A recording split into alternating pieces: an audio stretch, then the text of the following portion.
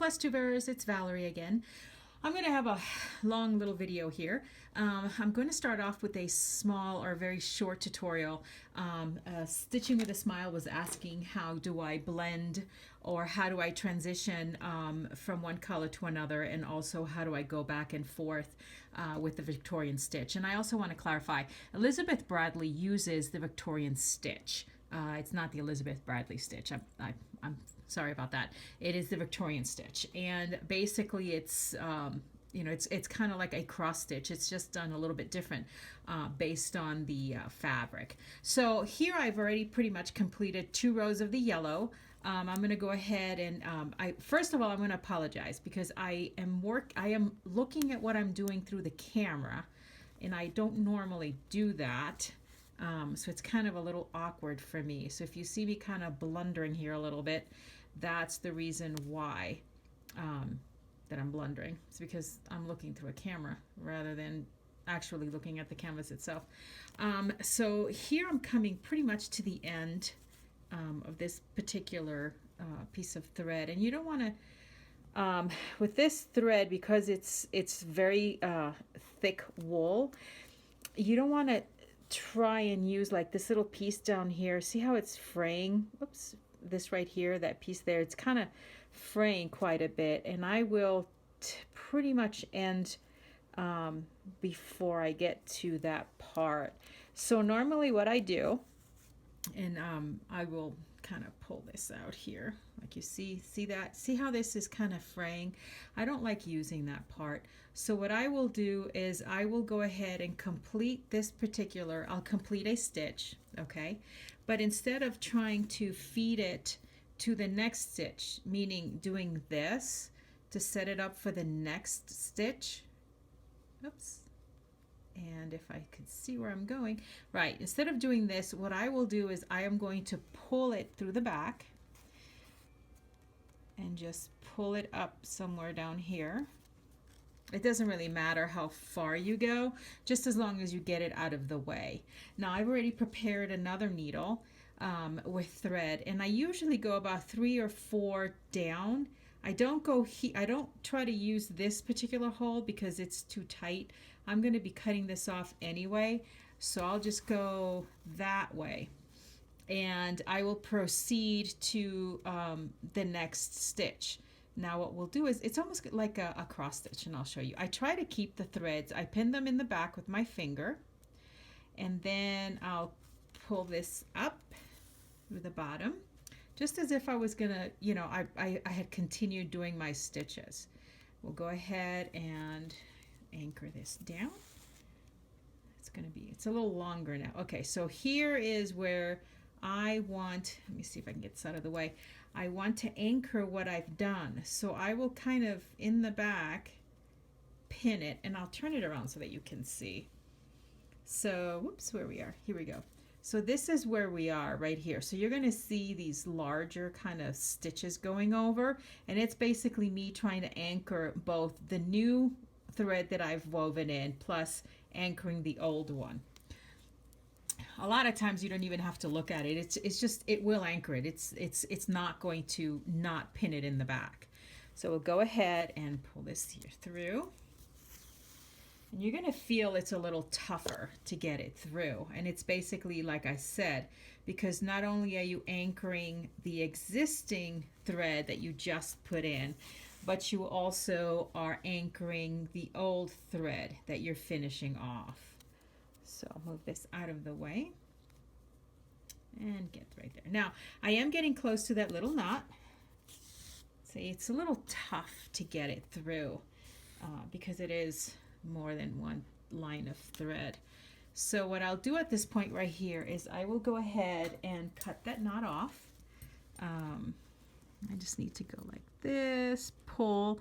You want to pull the knot, and basically what that does is when you let go, it will sit behind the canvas. You're not going to see anything from that particular knot that's going to be sticking out above, because that's the one thing you don't want to do. You don't want any of those threads to stick up at all. Otherwise, they just all get caught.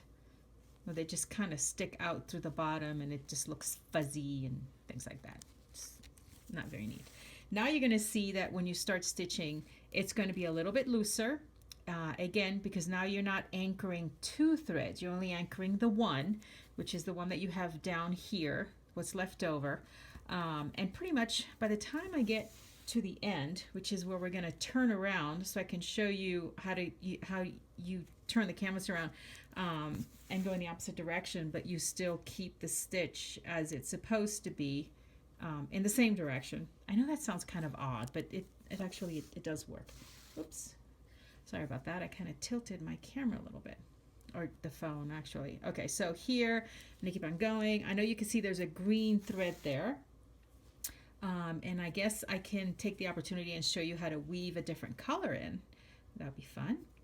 So here we go. And we're coming up to the point where we're gonna want to have a green thread. You can see you have a green stitch here, and then it's gonna continue here.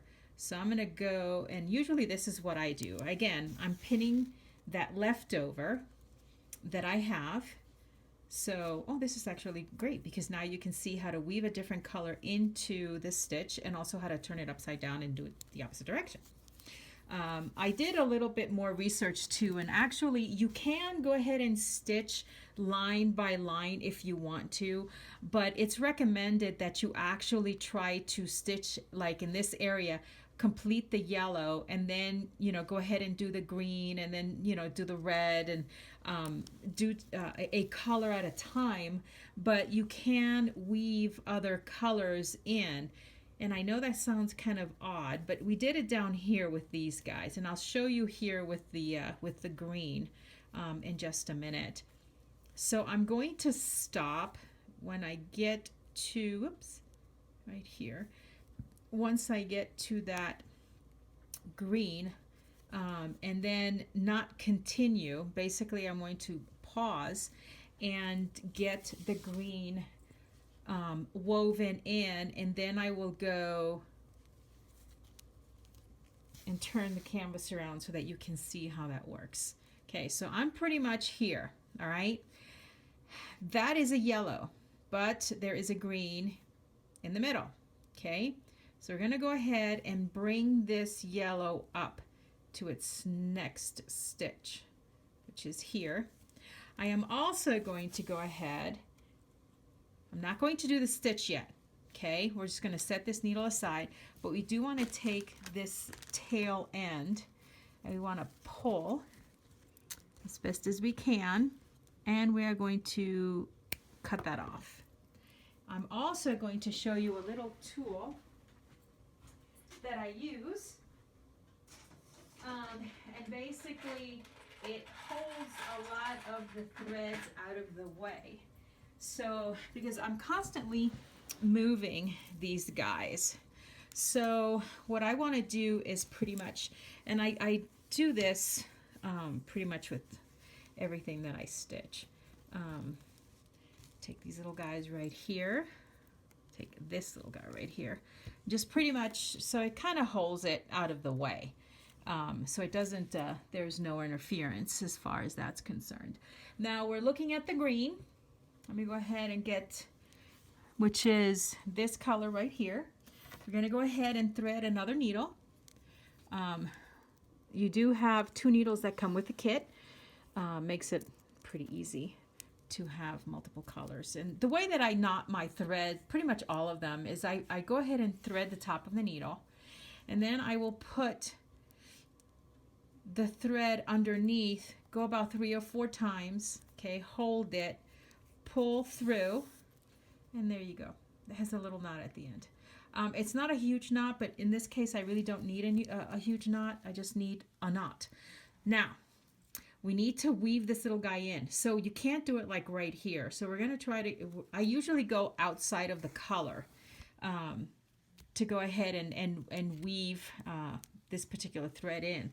Now if you notice, there is a green stitch right down here.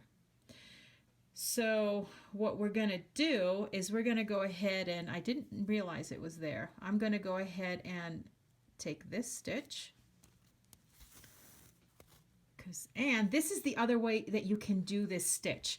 Basically, you don't have to weave it. You can just go like a regular cross stitch. Now you're going to come up this side. I'm going to come up this side right here, just like a regular cross stitch. And we're going to go down that side right there. See? All done. Now, remember how I said we got to go everything in the same direction. I would be going from this corner here up to here, up to here, which that's fine.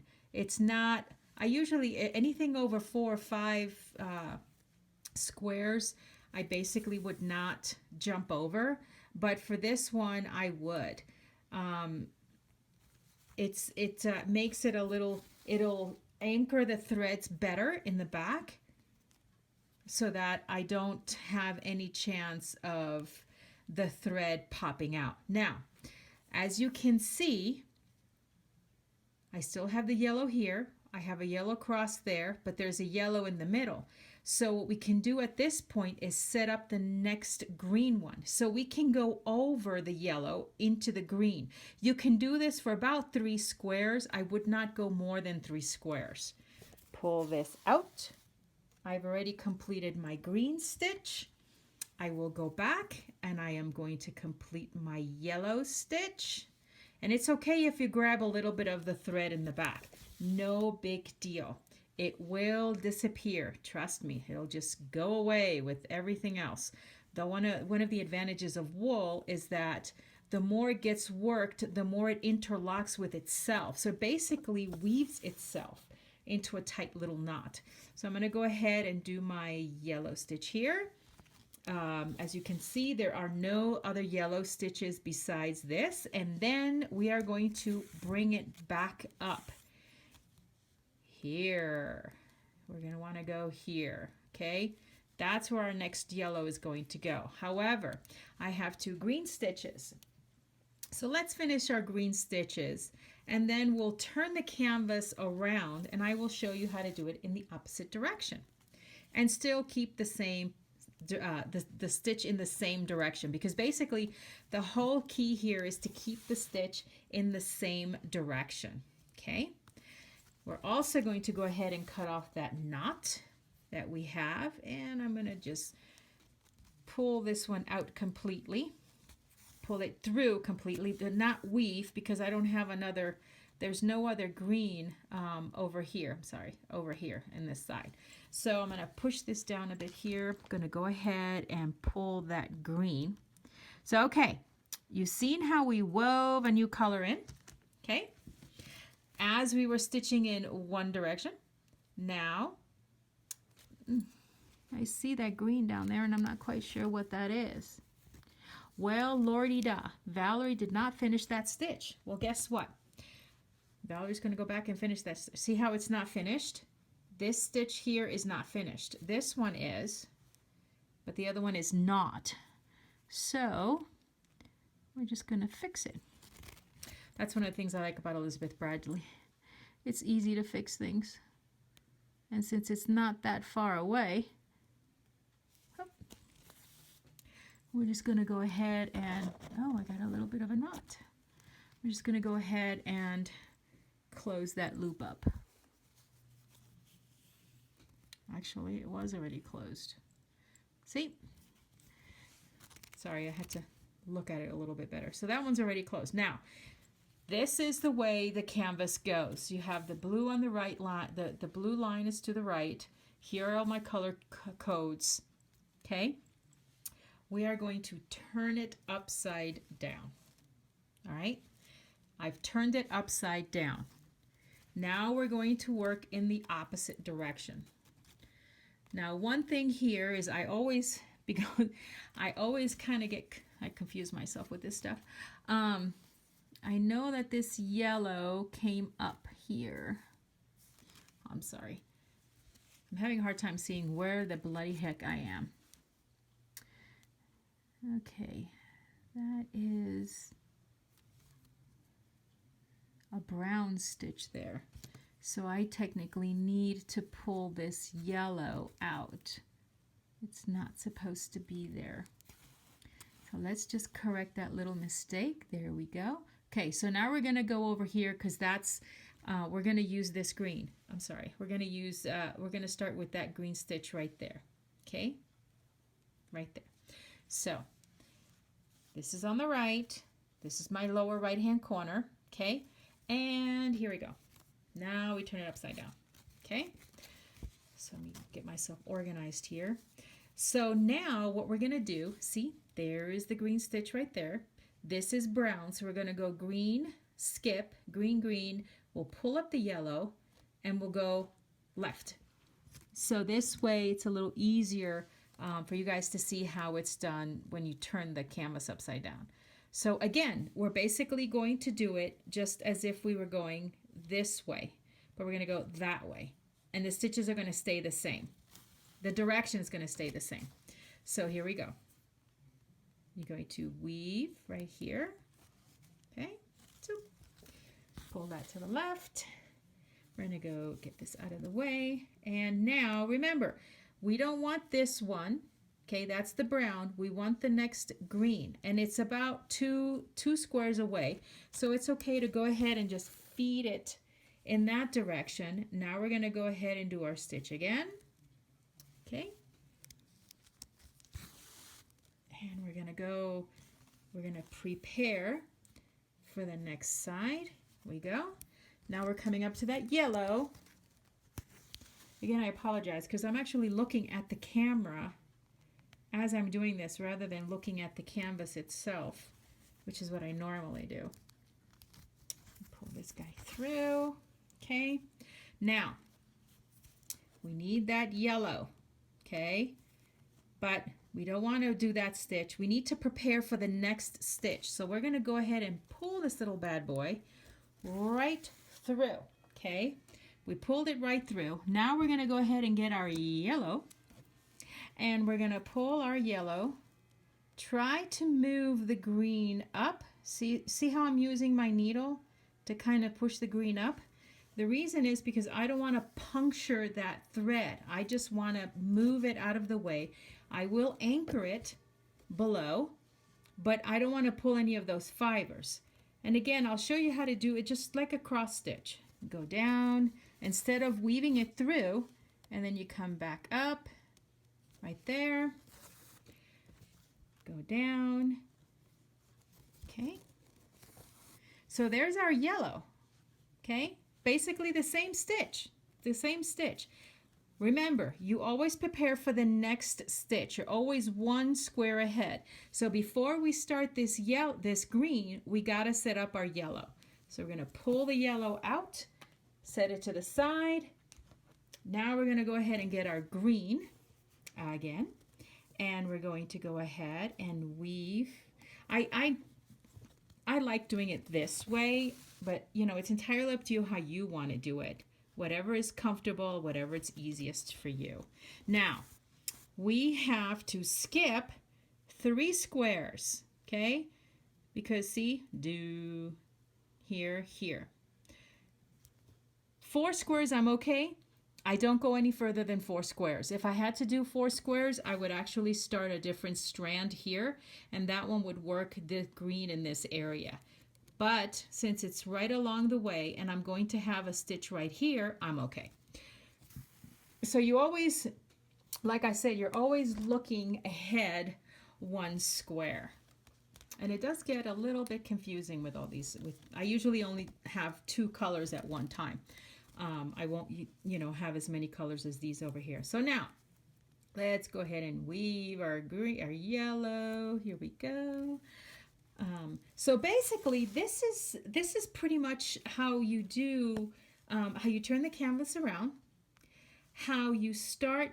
Again, remember how I said you want to use your needle to move that other fiber out of the way so you don't pin it and pull any of that color, weave any of that color with the one that you're using at the moment. And it's fairly easy to do. Just push it out of the way.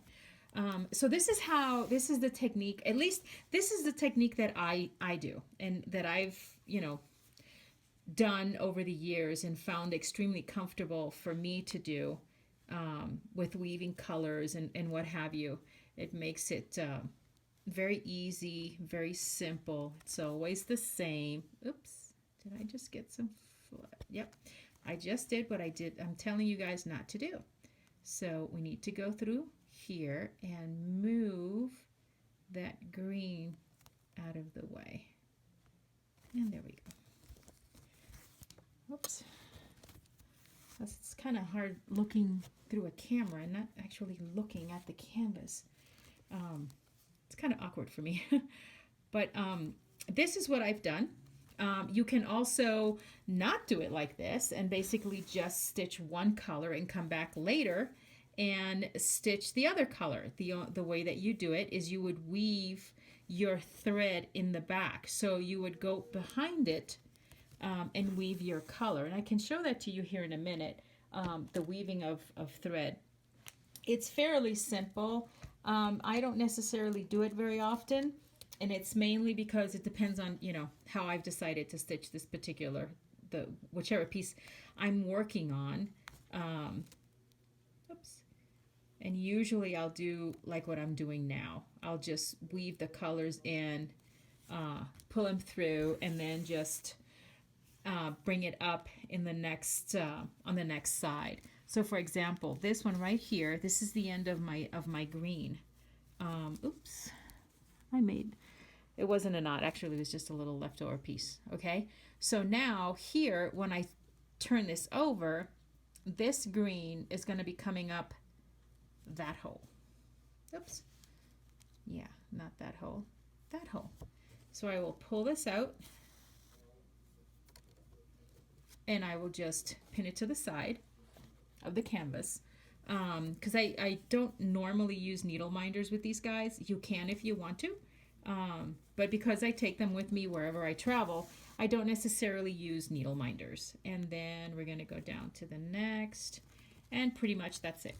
So now you've seen how to kind of weave a new color through, how to end and start the same color thread, which basically applies itself to all of the threads. I mean, you can do this for all of the threads, and how to turn the canvas upside down to go back and forth, where sometimes, depending on the design, I don't necessarily do that. I just would go from here all the way over here.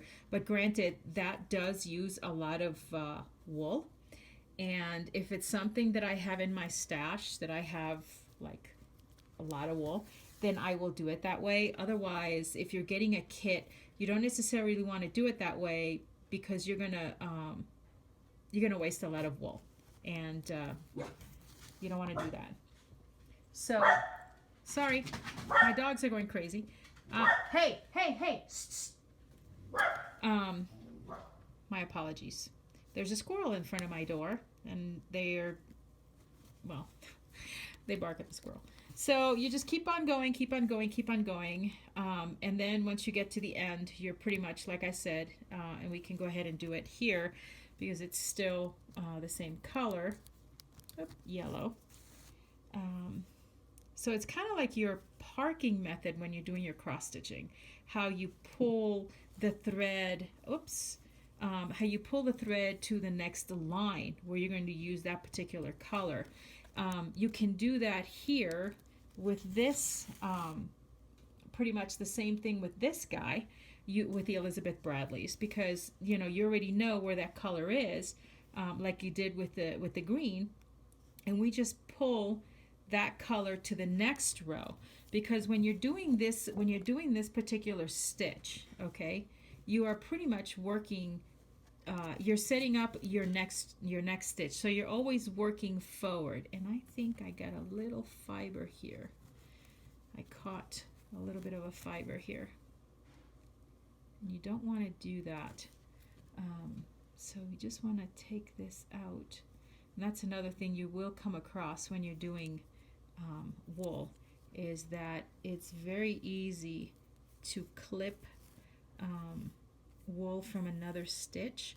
You don't want to pull because you are going to hurt the integrity of this stitch. But pretty much that's the gist of it. Once we get to the end here, we would turn it around and go to the next row. Hopefully this has answered you guys' questions in regards to the how to turn it upside down and weave in new colors. Thanks, guys. If you have any questions, just post them down below and I will try to address them as best as I can. I'm back. This video is going to be a bit long. I have some whips. I have some little bit of haul. I also have a small tutorial to answer. I believe it's stitching with a smile in regards to the Elizabeth Bradley. And also Teresa Little Stitcher's tag. Hi, Teresa. So I'm going to start with the tag first, and then I'll go from there. And I'm using my phone here, so if I'm not looking in the right place, I apologize. And I also have to read my notes because I didn't memorize the questions. So, okay, first question. What is the most useful tip you have ever gotten from watching the FlossTube community? Parking. Carolyn Mazio's video on parking is amazing.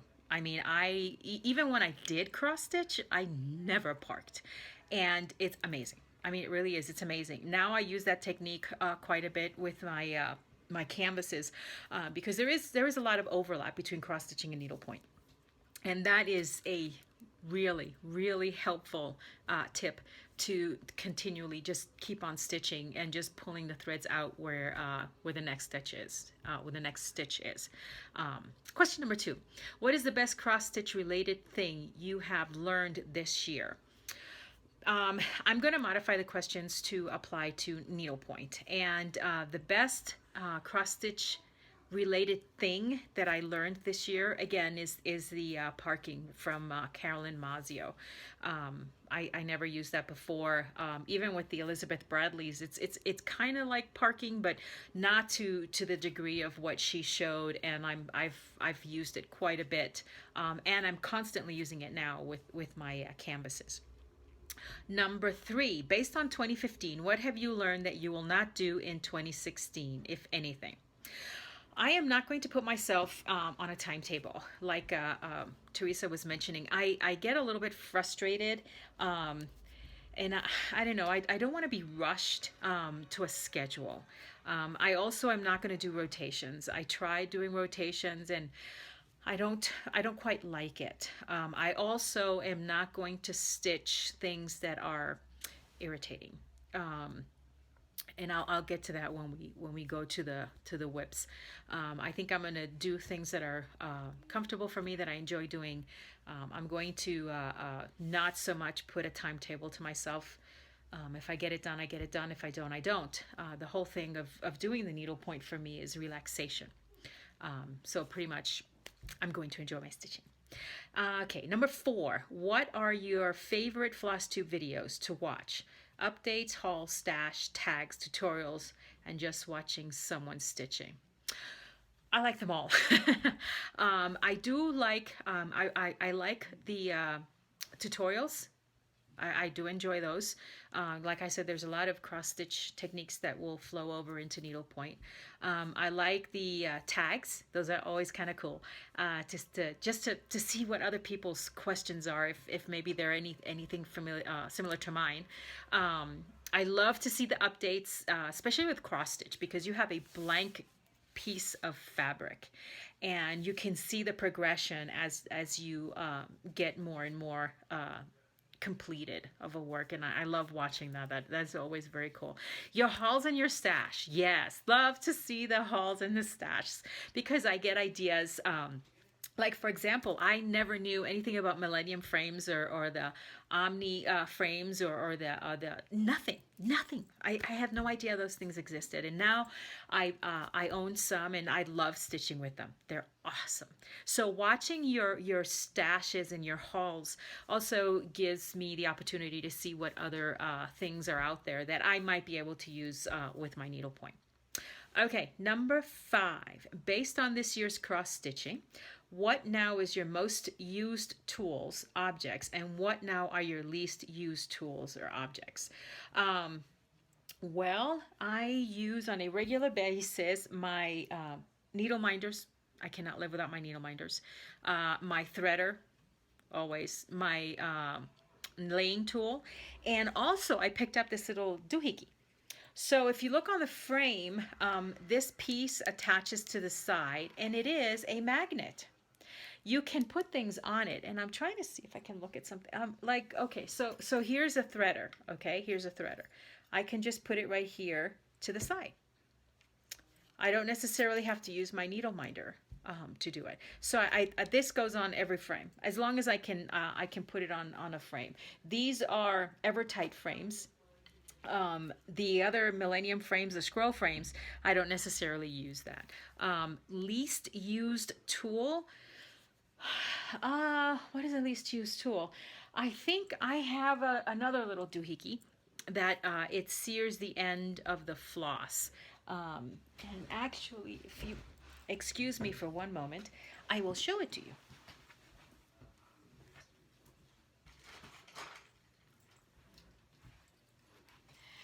Okay, so it's this right here. Okay, it's called a thread zap. And what it is there's a battery in here, and when you press this little button, this little guy gets really, really hot, and it basically it burns the end of the thread. It's really good for neon rays, certain types of threads, because it prevents them from fraying at the end. But because I don't use those a lot, I really don't use this tool as much as I thought I would. So this guy kind of just sits there. And pretty much that's it. Other than that, I use mostly everything that I have. Okay. Number 6, based on your experiences in 2015, do you now prefer small projects or big projects, full coverage or not? Okay, again, I'm modifying this to go towards needlepoint, and I would say I like big projects. The smaller projects I only use like when I'm traveling. I put it in my purse or something like that, and I'll stitch a smaller project. But for the most part, I do like the larger projects. And if you've seen any of the canvases that I've shown you guys, they're pretty much all big. So I do stick on the larger side. Number 7, do you stitch cars as well as other things? I do not. I guess you could I stitch, they're not cards, they're just small canvases, and you can make them into, you can hang them, you can make them, I guess you could put them in a card if you wanted to. Kind of big card though. You can make them into tree ornaments and things like that, but not necessarily. I for the most part, I don't stitch cards, even though I will say this. Carolyn and Teresa, you guys, you stitch those cards. I think those are awesome. They look so cool. They really do. But I don't do those. 7, do you stitch cards? Okay, sorry. 8, what has been your biggest accomplishment this year? The finishes that I've made, the gift that I gave my husband. I think that was one of the biggest accomplishments. And I've conquered a lot of the embellishments for the eagle, though that I think was really a good accomplishment from my perspective. Number 9, what has been the most disappointing stitching thing of 2015? Well, I haven't finished my son's canvas. That is a disappointment. It's basically just sitting there. I really do need to finish that.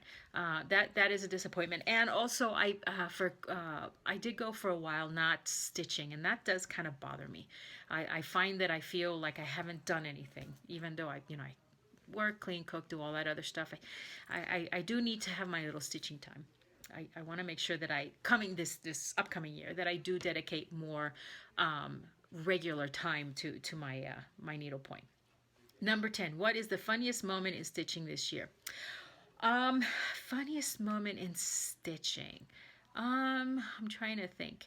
If I don't really stitch outside of the house, I just take my smaller projects when I'm sitting at a waiting room or something like that. I'm trying to think funny thing. Oh, when I stitched my shirt. I was working on my husband's canvas, and I actually had to put it down to finish off the signature part at the bottom. And I always wear large shirts when I'm at home and I'm comfortable. I kind of stitched it in the back. When I pulled it up, it would, my shirt went with it. So, oops. But yeah, other than that, that's pretty much the only funny thing that I have this year. Number 11, what was your worst moment in stitching this year? Okay, when I had to completely undo stitching on the eagle. The blue side of the flag, I had worked on it for a week, and basically I didn't like it. I had everybody else look at it and it did not look right, and I had to completely rip it out. And you can't save that thread. Once you pull that thread back out, unlike fabric, the canvas kind of frays the thread, and so basically I lost it. So that was about a skein of thread.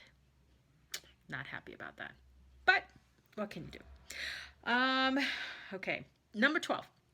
If you were put on a desert island with 5 stitchy things, would be your must have items. Okay, so I have to have my box of threads. I have to have a box of canvases with the stretcher bars that are, or scroll frames that are in it. Let me see. I would have to have my stand, and a magnifying glass, and what else? One more. My glasses. Can't go without my glasses. I can't see without these. So I have to have that. Number 13. Which 4 floss tubers would you like to have on your island with you, and why? Okay, let's see here. Again, you guys do cross stitching, and I do needle points, so it would kind of like be a modification. So I would say I would bring Carolyn Mazzio, and the reason being is because she is an amazing stitcher. She does just fantastic work. I would bring Coffee Stitcher. He's funny. I love watching his videos, and his approach to the projects is he always does things very uniquely, and he has no fear of deviating, and I applaud that. Teresa Little Stitcher, I love that lady. She is so funny. Every time I watch her videos, I mean, it just brings a smile to my face. I just think she's awesome. She's an awesome lady. And let me see, one more. I think I would bring Dee Stitcher. She is like an all-around, go-to lady. I love watching her videos. I love her approach to stitching as well. So I think those would be the 4 people that I would take with me if on my Stitchy Island. And it would be fun. Oh, and I bring a bottle of wine. Awesome. Cool. So there is Teresa Little Stitcher's tag. Now I want to go through WIP updates. Okay, so I've been talking about the eagle.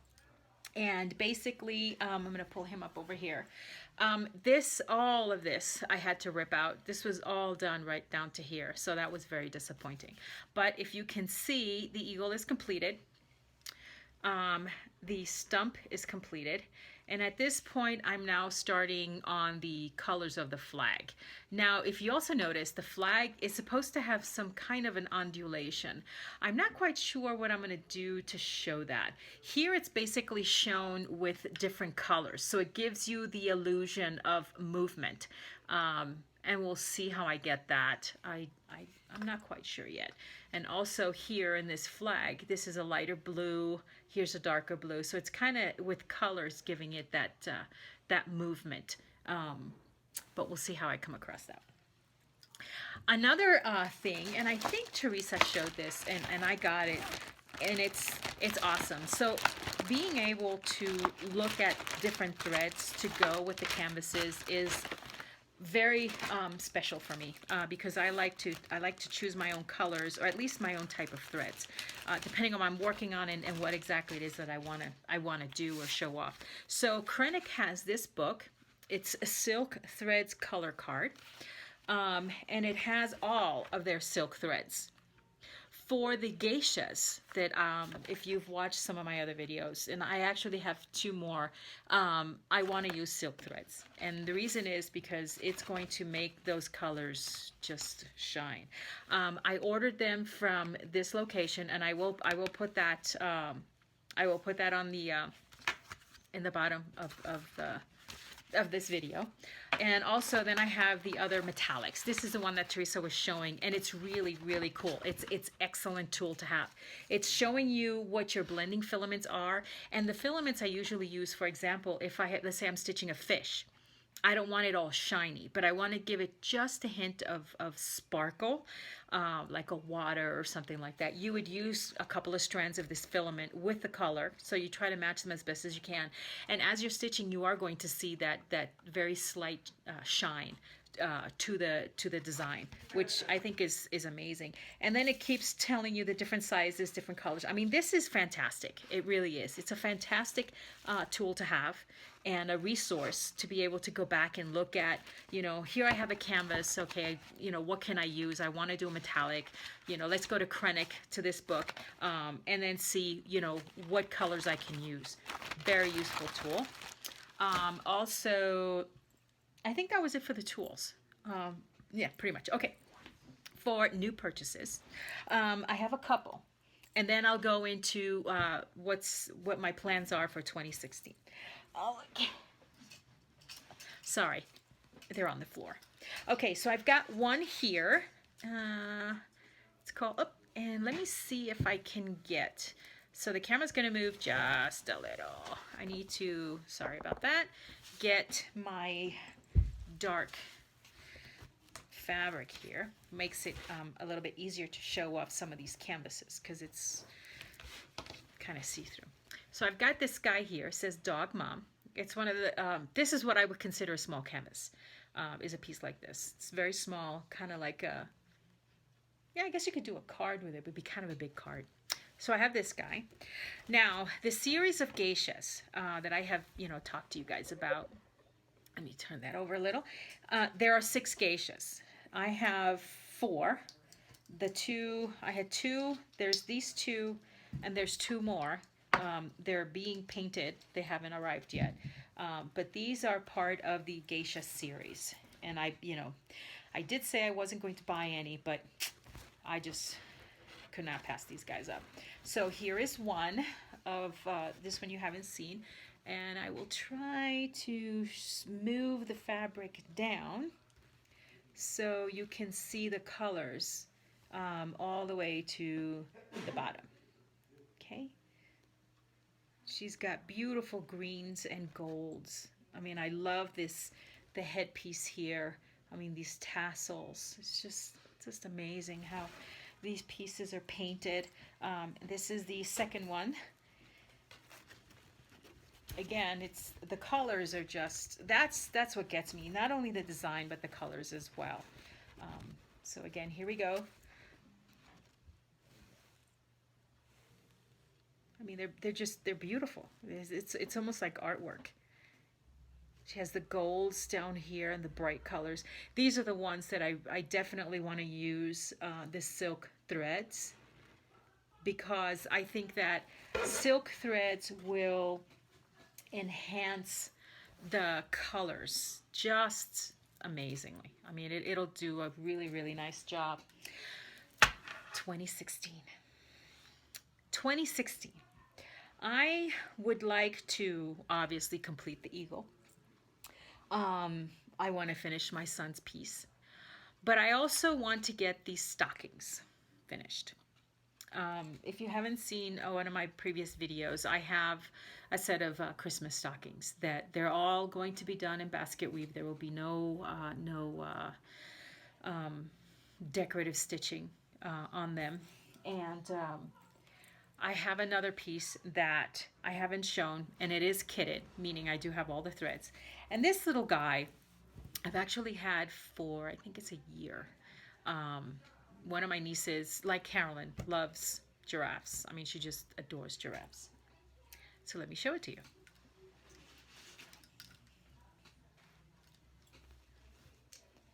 Okay. And here he is.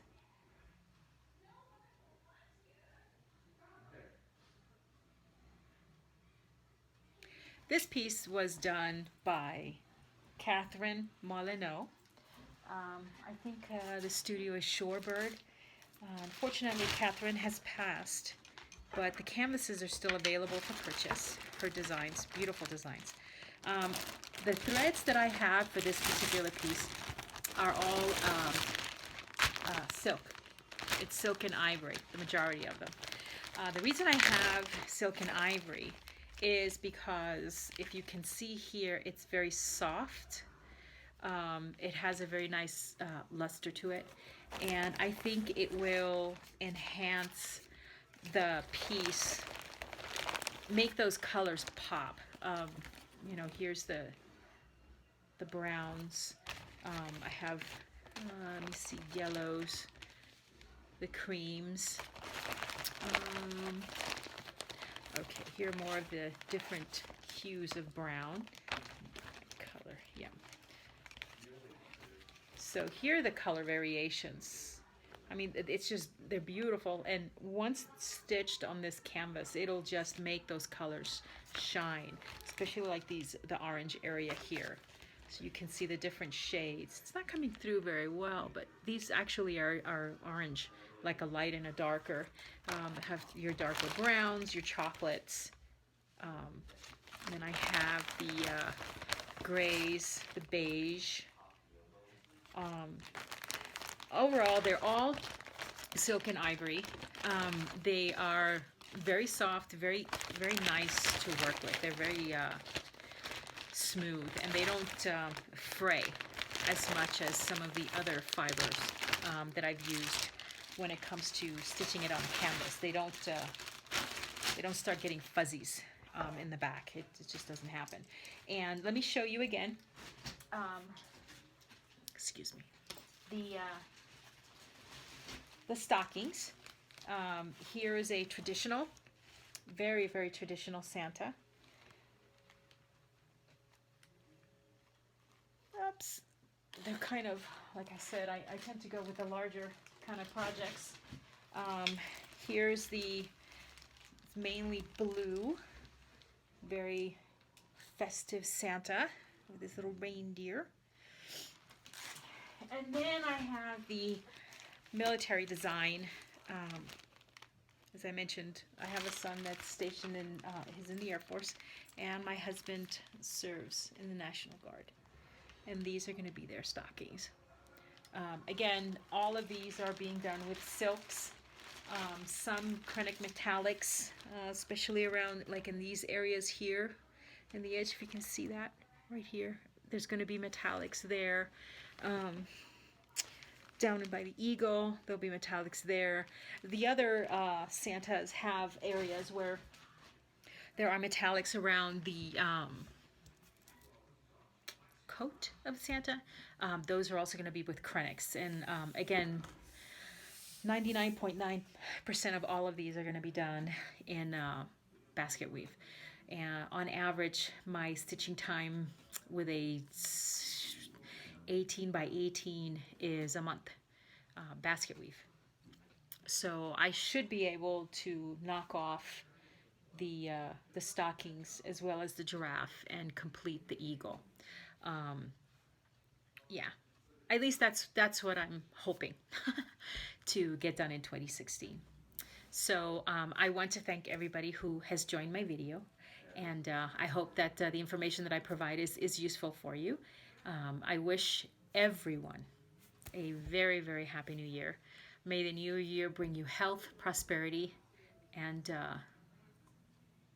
money. Bring some nice challenges. I mean, with every new year, it's a blank slate. There's opportunities everywhere.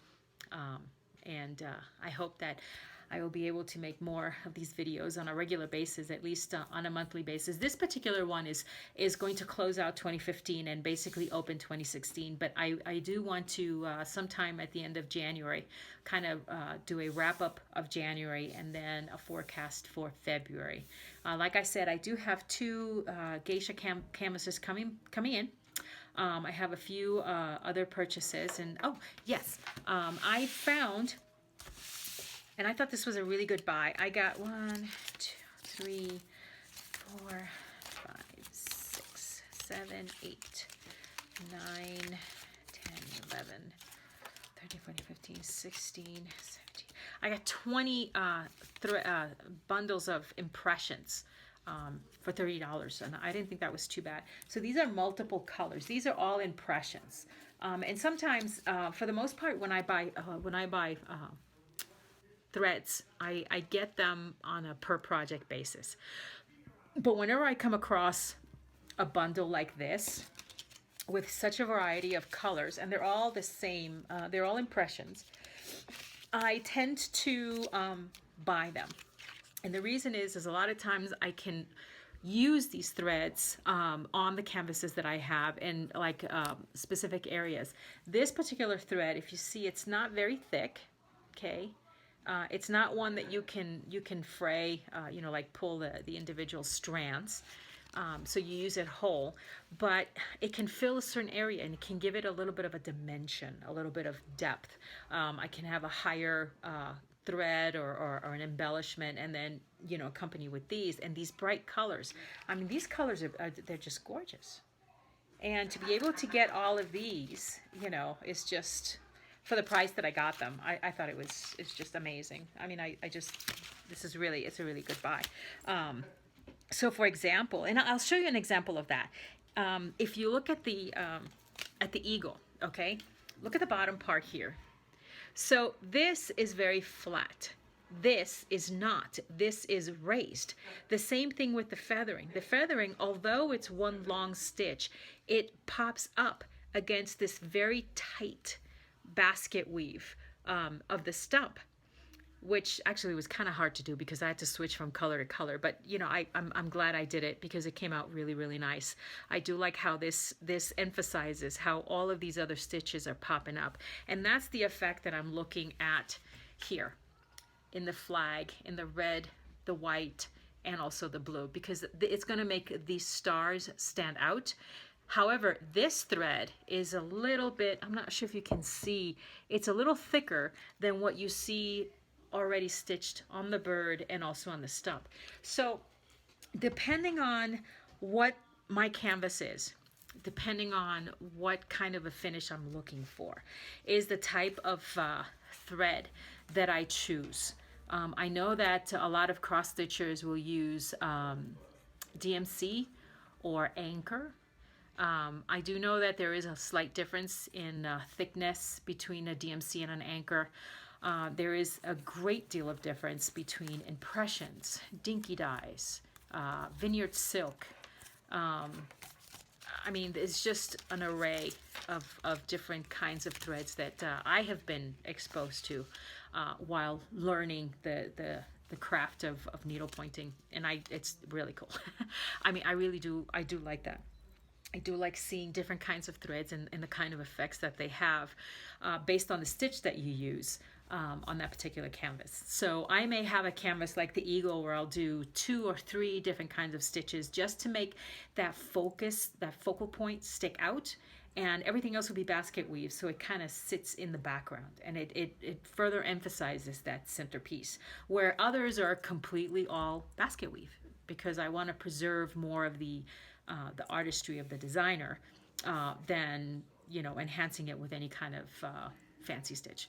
So anyway, I think I blabbled enough. So again, Happy New Year to everybody. I look forward to seeing everybody in 2016, and hopefully you enjoyed this video. Thanks. Have a happy stitching day. Bye. Okay, so I totally forgot, and I have to kind of put this in there. I wanted to thank Carolyn Mazio for the gift certificate that I received in my email. Thank you. I really do appreciate it. It was very generous of you. And I will definitely put it to good use. I do need needles. I go through needles like they were water. Anyway, I wanted to add that piece into this video to make sure that I acknowledged Caroline's gift. Thank you very much. Bye, guys.